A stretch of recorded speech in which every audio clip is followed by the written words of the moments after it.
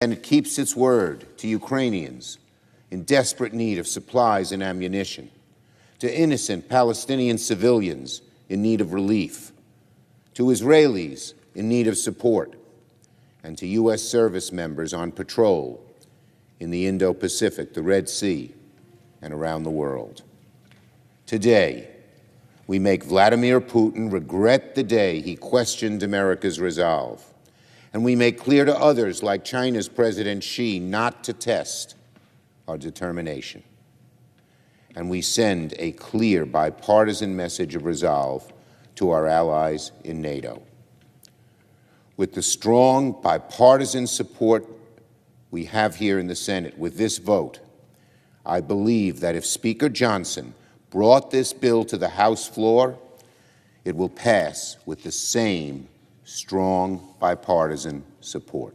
This is my video update on this Wednesday midday, February the 14th. Let's talk about some news. And let's start things off with what happened yesterday at this area known as Selidova, which is an area just west of the front lines in Donbass, Ukraine-controlled area. And the reports are that there was a Ukraine training site, a Ukraine military training site, or a military staging area. And the Russian military, they got wind of this training site, and they sent 2 Iskander missiles that hit this site. And the reports are that somewhere around 3 to 4 Ukraine battalions were annihilated. A huge hit from the Russian military and a catastrophic loss for the Ukraine military. Perhaps the biggest single-day loss for the Ukraine military since the beginning of the special military operations. Many people are asking, why were there so many Ukraine troops so close to the front line in what appears to be some sort of training area or some sort of staging area? Why is it so close to the front lines? That's something that the new Ukraine military commander Syrsky is going to have to answer. But this was a big loss for the Ukraine military. I think it's very close to Avdiivka, this area of Selidova. But the SBU, they're now on the ground in this area, and they're trying to figure out who gave the Russians the coordinates to hit this training site, this training or staging site, whatever it was. And the SBU, they're also trying to scrub the internet and social media from any reporting of this massive hit by the Russian military. So not a good start for the new commander of the Ukraine Armed Forces, Syrsky. Not a good start for Syrsky at all. And he gave an interview, actually, Syrsky, to the media the other day, his first interview since becoming the head of the Ukraine Armed Forces, the Ukraine military commander, Syrsky. He said that the Ukraine strategy is now going to shift to a defensive strategy. Ukraine is going to go on the defense in order to drain the Russian troops, to drain the Russian military. They're going to play defense and drain Russian forces. That is what the new strategy is, according to Syrsky, which is an interesting strategy because that is the strategy of the Russian military. That's been the strategy of the Russian military for pretty much the last year. Alexander calls it aggressive attrition. Shoigu and Putin, they've called it active defense. But it's defense. The Russians play defense and they wait for the Ukraine military to come to them, and then they annihilate the Ukraine forces that come to them. And so Syrsky is saying that Ukraine's strategy is going to be Russia's strategy, which is they're going to play defense and wait for the Russian military to come to them, and then they're going to inflict losses on the Russian military. So that's the new strategy according to Syrsky, which doesn't line up with what we've been hearing about Avdiivka, which is that Zelensky and Syrsky, they have decided to actually send their best units into Avdiivka to try and hold on to Avdiivka instead of retreating and instead of falling back into a defensive position. The reports are that Syrsky is going to be sending his very best units into Avdiivka in order to hold on to the city. So Syrsky is saying that the Ukraine military is going to go on the defense. We're getting reports that Syrsky is not. He may be saying he's going on defense, but that's not what he's doing. He's actually sending the elite units into Avdiivka so that the Russians can sit back on defense and annihilate Ukraine's best forces in order to not retreat from Avdiivka. So who knows? Who knows? Syrsky's saying one thing, but it looks like he's doing another. Meanwhile, you had this catastrophic missile strike in this training site close to the front lines. And a lot of people are asking, what is Syrsky doing? Why does he have these Ukraine forces so close to the front? And how did the Russians get these coordinates? How did they find out about this training area?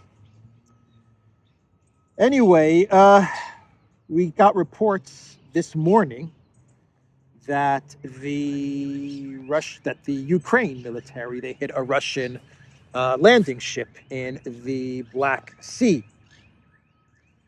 The Caesar Kunikov ship was hit, according to various reports on social media, both from Ukraine channels and from Russian channels. There's been some video that has come out, but you can't really get a clear understanding what exactly happened. It looks like a drone did hit a ship in the Black Sea.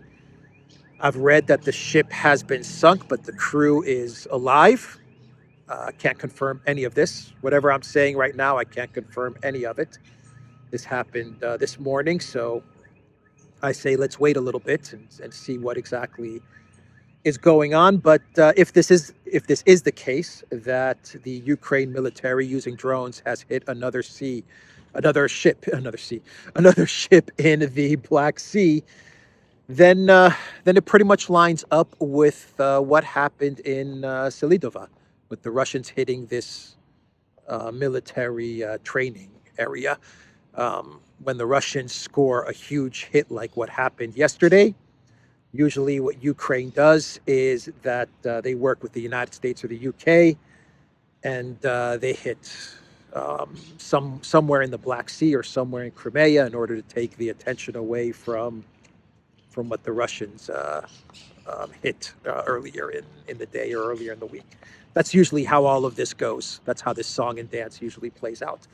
The Russians score a big military win, and Ukraine, along with the US and the UK, surveillance and reconnaissance drones of the US and the UK, they strike out at a Russian ship in the Black Sea, or a ship that's docked in Crimea, or they send drones or missiles into Crimea or something like that in order to distract away from what the Russians accomplished. So if anything, the sinking or the hitting via drone of the landing ship, the Kunikov, in a way, it kind of confirms that the Russians really did a lot of damage to the Ukraine military the day before. So, Putin, he's got to address this Black Sea issue. He's definitely got to address this Black Sea a weakness, and it does look like the Russians do have some sort of a vulnerability in the Black Sea. That, once again, doesn't change anything with regards to the trajectory of this conflict. No, nothing at all. But it is a weak spot that the U.S. has identified, and I have read reports which do claim that there was a U.S. drone in the area, which provided the reconnaissance and the surveillance for the Ukraine to send a drone hit this ship. So, the question arises, how come Russia is not taking these U.S. drones out? I don't know. I don't know what Russia is doing with regards to these drones that are providing reconnaissance and surveillance for Ukraine in the Black Sea. But this is something that Putin definitely has to address. He has to get a handle on this because the U.S. has definitely identified a vulnerability in the Black Sea area. So, according to Reuters, Biden rejected a proposal from Putin to end the war in Ukraine. This is according to Russian sources from Reuters. They put out an article yesterday with the title, "Exclusive Putin's Suggestion of Ukraine Ceasefire Rejected by United States," sources say. So in this article via Reuters, they have some sources in Russia that claim that in 2023, not 2022, not the whole Boris Johnson incident, but in 2023, Putin actually approached they actually approached the Biden White House and they asked for a freeze. This is according to Reuters now, so, take it with just a pinch of salt. They actually approached the Biden White House, Jake Sullivan to be more, Sullivan and Blinken to be more precise, and they floated out a freeze in the conflict. And the condition from the Russian side of things, according to Reuters, was that this freeze recognizes the reality on the ground, which is the territory that Russia had gained. And the Biden White House, they rejected this proposal from Russia. The reason that that is given, according to Reuters, is that Blinken or Sullivan, actually Sullivan, I think, went to his Russian counterparts and he said, let me speak to Ukraine. We're not going to do anything without the approval of the Zelensky regime. Yeah, right. I don't buy that for 1 second. But anyway, Sullivan said, no, I have to consult with the Zelensky regime. And the Zelensky regime then told Sullivan no deal. And so Sullivan told the Russians no deal for this freeze in the conflict in 2023, if you believe this reporting from Reuters. So the Senate, they eventually passed the Ukraine funding bill. And that's what we're talking about here, this package for $95 billion, which is focused and centered around money to Project Ukraine. And they did approve it yesterday with 60 senators voting in favor and 29 voting against.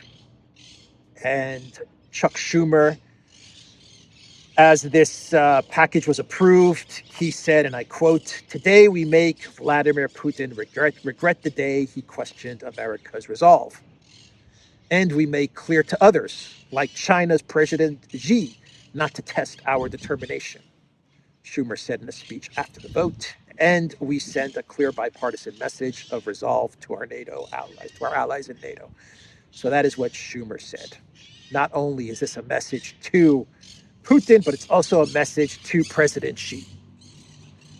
So I bet you President Xi is in Beijing watching all of this and maybe listening to Schumer, and everyone understands that this package is all about getting money to Ukraine. There's some money for Taiwan as well, something like 10 billion for Taiwan, but 61 billion for Ukraine. And Schumer's saying this is a warning to Putin and to Xi, and Xi's probably sitting there in Beijing going, dude, what the F? Why are you dragging me into this Ukraine funding package? What did I do to upset you, Chucky Schumer? Anyway, Schumer's sending the warning to Xi and to Putin. Don't mess with the Biden White House. Don't mess with the U.S. Senate, or else they're going to give $61 billion to the U.S. military-industrial complex. Take away 10% for the big guy, take away another 10% for the other politicians in the U.S., in Brussels, the Zelensky regime, and you're going to end up with, I don't know, 40 or 50 billion that's going to go straight to the military-industrial complex. But that was the message from Schumer. And there is now a lot of pressure on House Speaker Johnson to put this package, this bill, to the House for a vote. But Johnson is signaling that he is going to hold the line and he is not going to put this bill up for a vote in the House, and he's going to reject it. We will see. Biden is putting pressure on Johnson as well. Biden gave a speech yesterday, and he is urging Johnson to put this up for a vote. And Biden also remarked on Trump's NATO comments that he made the other day. Biden called Trump's NATO remarks dumb, shameful, and dangerous. Here's what Biden said. Supporting this bill is standing up to Putin. Opposing it is playing into Putin's hands. Then Biden said, and I quote, "Can you imagine a former president of the United States saying that the whole world heard it?" I kind of have this image, this picture of the Biden whisper.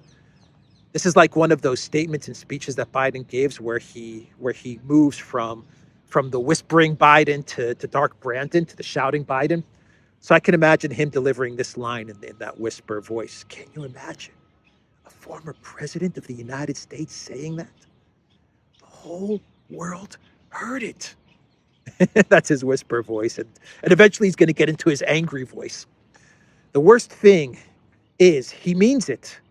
No other president in our history has ever bowed down to a Russian dictator. Let me say this as clearly as I can. I never will.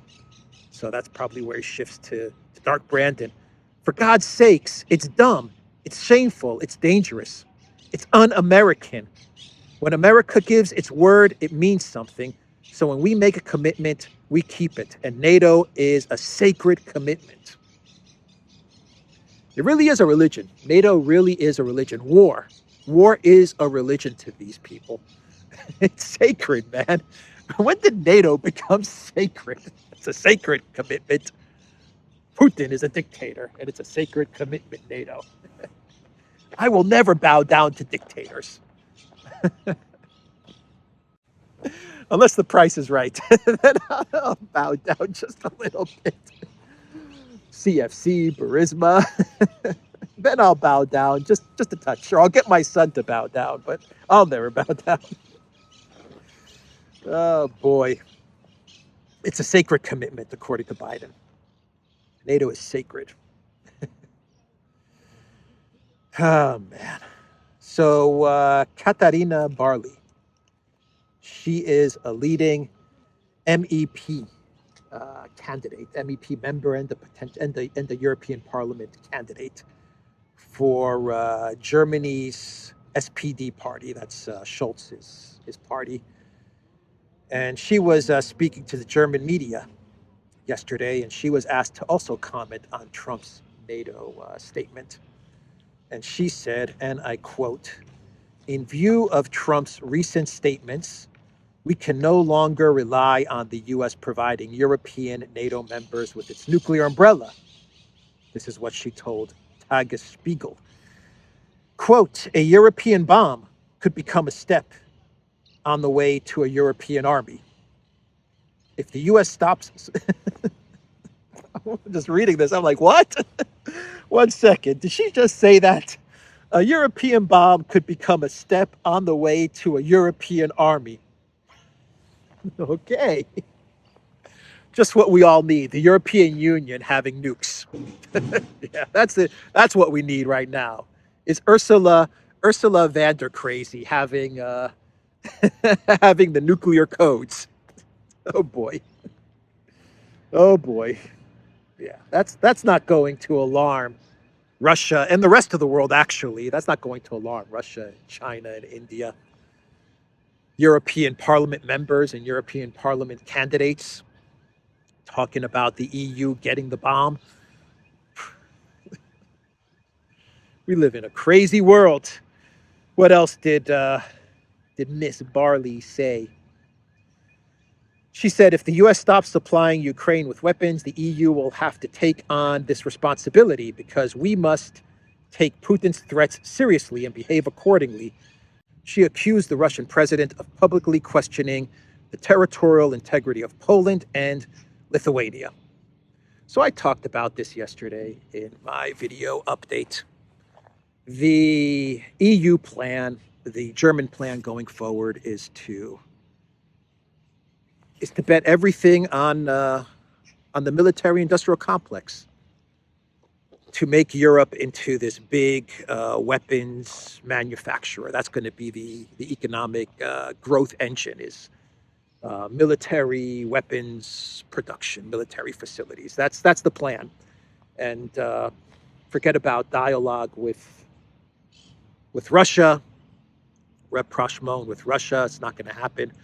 The European Union, they are going to just bet everything on weapons and building up this strong, powerful military to not only counter Putin, but you also have to do this because the narrative is that you can't depend on the United States anymore because Donald Trump might win in 2024, and Europe has to stand on its own. And in order for Europe to stand on its own, it needs an EU army, and it needs big EU military weapons manufacturing facilities, and it may even need some nukes.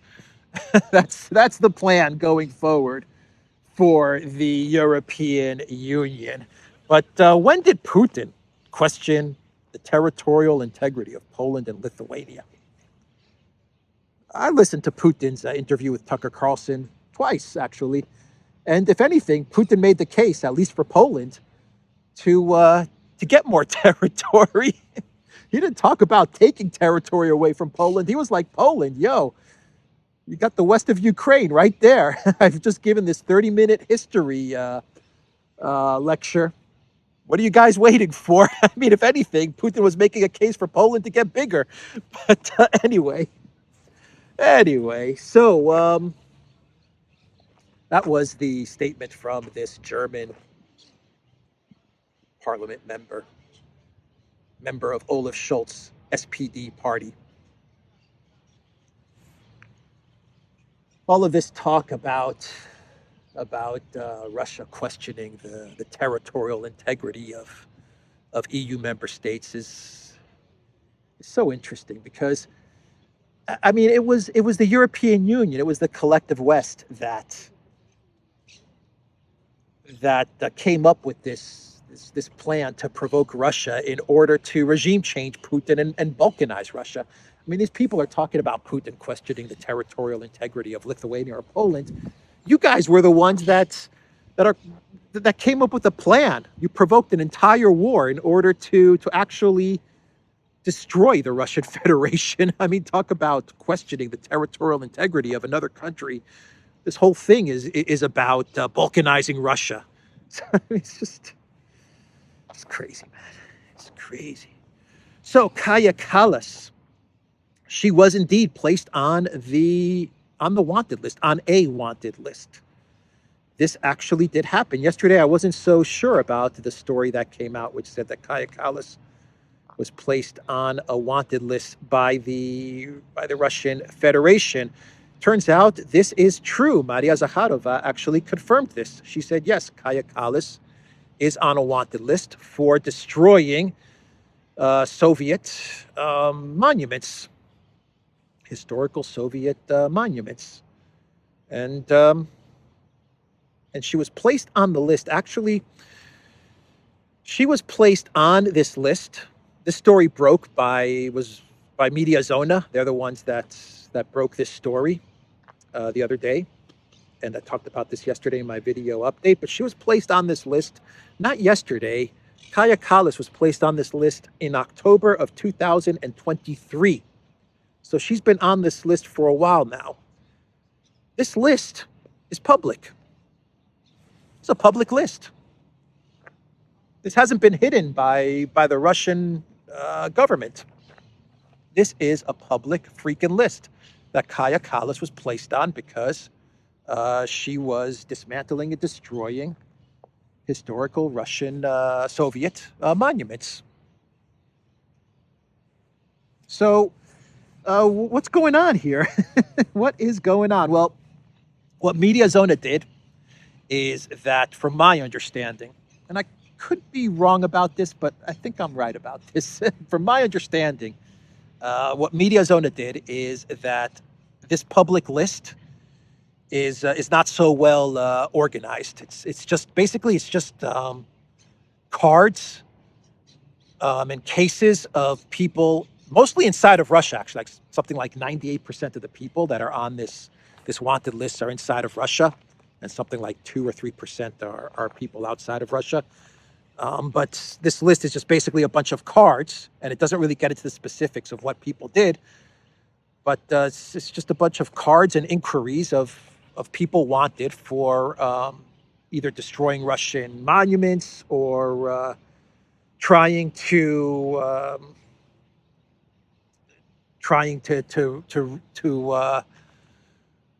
resurrect Nazi ideology and stuff like that, rejuvenate or resurrect Nazi ideology. I forgot the words that Mediazona used, but that's this list, and it's coming from the Russian Ministry of Internal Affairs. And this list was started in 2020, and it initially started as a list to document pro-NAZI activity and people or entities that were destroying Russian or Soviet history inside of Russia and outside of Russia. So this was started in 2020, 2 years before the SMO, and it was started by the Russian Ministry of Internal Affairs. And basically what happened is as the SMO went along, Kaja Kallas, the Prime Minister of Estonia, she started to dismantle Russian monuments. And so the Internal Affairs, they opened up a card for her. And that's what it is. It's like a card. It has her photo, her date of birth, where she was born, and it goes into this database. And this is public. And what Mediazona did is they just made everything searchable. That's all they did. They took all these cards, they put them into a user-friendly format, in a searchable format, and they published it. And Kaja Kallas is on this data, in this database. So that's the story here. The fact that this is public and that she was on this list in October, I don't know. It makes me think that she must have known. She must have known. The U.S. definitely knows who's on this public list for destroying Soviet monuments, and I imagine the EU knows. And if they didn't know, I imagine the U.S. told the EU and told Kaja Kallas that she's on this list way back in October. So something tells me that this was timed with Mediazona to come out yesterday and to make a big stink about the fact that she's on this list. Probably to build her up, because she's trying to get support so she can become the next foreign minister of the European Union, get appointed to a very high EU institutional position. And so this really builds her up. She put out a couple of tweets saying that this doesn't scare me, and I know the Russian tactics, and my family went through this with the Soviet Union, and I'm going to stand strong, and I'm going to stand with Ukraine. She put out all of these tweets about how this is not going to deter her fight against the evil Putin. And everyone on social media was applauding Kaja Kallas. You're so brave. You're stunning and brave. You're so brave, Kaja Kallas. You're standing up to the Putin. You're so brave. You go, Kaja Kallas. You stand up to the Putin. You're over the target to be put on this list. Something tells me that this was all planned. I mean, look, Mediazona is Pussy Riot. You guys know who Pussy Riot is, right? But that's who Mediazona is. It was like Pussy Riot and I think one of the members of Pussy Riot and her ex-husband, and they put together Mediazona. This has 3-letter agency all over it. Mediazona, and then this whole thing. Something's not right.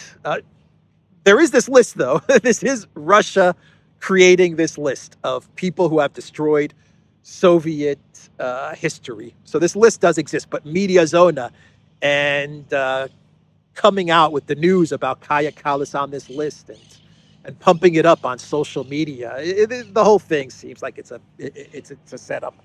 But basically, Mediazona is Pussy Riot.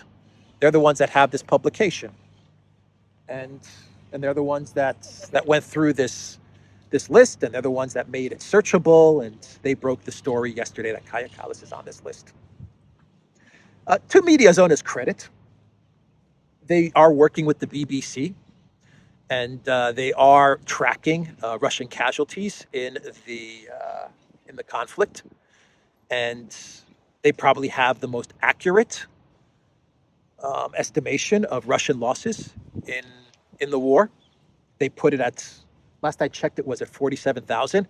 And what Mediazona does is like with this wanted list. What they do is they go into public records, obituaries and funerals and stuff like that, and they go through these public records and they come out with a number for Russian casualties every month. And the number now stands at, I think it's 47,000. I could be wrong, but it's around there. It's around 40 or 50,000 last I checked. But the media, the collective West media, and the governments of the collective West, they never cite this Mediazona report because it doesn't play into their narrative. They jumped all over the report about Kaya Kallas, but the report of Russian casualties, which is Mediazona and the BBC working together, they don't like to talk about that because it's at 40,000 or 50,000, and it goes against the 300,000 number that they like to always pump up with regards to Russian casualties, to Russian losses in the conflict. So that's the story with this Kaya Kallas on this wanted list. That's it. So they also don't talk about Mirotvorets as well. You want to talk about lists? How about the kill list, the hit list, known as Mirotvorets? They don't want to talk about that. We don't want to talk about Mirotvorets. Nope. Langley, Warsaw, that's what the site says. The site says Langley and Warsaw. Mirotvorets, the hit list. Well, we don't want to talk about that. Let's talk about this Russian list of people that have torn down Soviet monuments, because the Russian authorities, they want to talk to these people. They're wanted. They want to talk to these people because this is against the law, actually. It is against the law in Russia to destroy these historical monuments. So let's do a clown world, and we will wrap this video up. How am I doing on time? I'm doing all right on time. So let's see here. Okay, this isn't a clown world, but it's connected to a clown world, or I'm going to try to connect it to a clown world story. So yesterday, Mayorkas was impeached in the United States with a vote in the House with a vote of 214-213, one vote, got Mayorkas impeached. He is the first cabinet official to be impeached since the 1870s.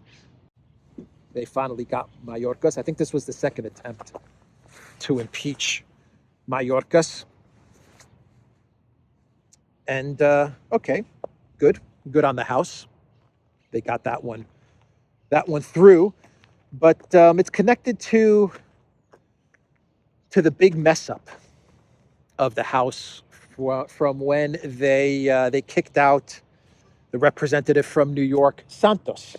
So there was a special election in the U.S. yesterday for Santos's empty seat in New York, and the GOP, they lost that seat to the Democrats, and they kicked out George Santos. I don't even know for what. I even forgot for what. He was lying or something. I don't even know. Allegedly he was lying or misleading government officials or his constituents. I don't even know what he did, but this was all alleged. This wasn't even taken to courts or proven when they kicked him out of the House. So the GOP, I'm telling you that they're like the worst political party, aren't they? Okay, they impeached Santos. The second time around, they finally impeached Mayorkas. Second vote, they finally impeached this guy. He's completely made a mess of the border. Everyone knows that. Even Democrats are acknowledging that he's made a mess of things at the border. So they finally get this guy impeached, but on the same day, they lose a seat from New York. because they decided to throw out George Santos, to kick him out of Congress because he allegedly did some stuff. And they folded to the pressure.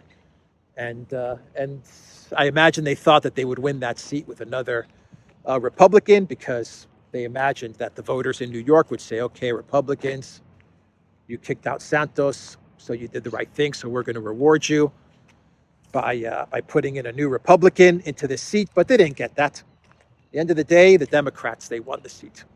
So the GOP gained nothing from all of the Santos stuff. Anyway, I thought I would mention that. It's not a given. It's not a given that the 95 billion package, the 61 billion to Ukraine, it's not a given that it's not going to go to the House. Eventually, it's going to get to the House floor, because the Republicans, the GOP, they always screw things up. They always screw things up. And eventually, something's going to get to the House. Johnson's going to put something to the House, which includes a huge package of money to Ukraine, and they're going to vote in favor of it. And it's going to have nothing of substance that deals with the southern border. The GOP, they really know how to screw things up. Anyway, that's kind of a clown world. Maybe it's not. But how about the government of Canada? They have declined Russia's warrant for the SS veteran Hunka, the guy that they applauded in the parliament. Trudeau's buddy. They turned down the Russian request for him to be extradited. They cited a lack of an extradition treaty between the two countries as the reason for turning down the extradition request. Keep the NAZI, keep them in Canada. We're not going to extradite them to Russia. And finally, let's talk about the editor of The Economist, who appeared on The Daily Show, which Jon Stewart, I guess, is now back hosting The Daily Show. And the editor of The Economist is Zani Minton Beddoes. That's her name. Zani Minton Beddoes. She appeared on The Daily Show, and she said that aiding Ukraine is the cheapest possible way for the U.S. to enhance its security. The fighting is being done by the Ukrainians. They're the people who are being killed. The U.S. and Europe are supplying them weapons. An interesting comment from Zani Minton Beddoes. Interesting name. Yeah, this is the best investment the U.S. could ever make. Let the Ukrainians fight the Russians, and we degrade Russia's military. Ukrainians die, and this is a great investment for the U.S. And she gets no pushback. She gets no pushback about the U.S. dollar, the U.S.'s place in the world, the reserve currency, inflation, a possible nuclear war, none of that stuff. She gets none of that pushback. Anyway, that's the video. theduran.locals.com. We are on Rumble, ODYSEE, BitChute, Telegram, Rockfin, and Twitter X. Go to the Duran shop, 15% off all t-shirts. Take care.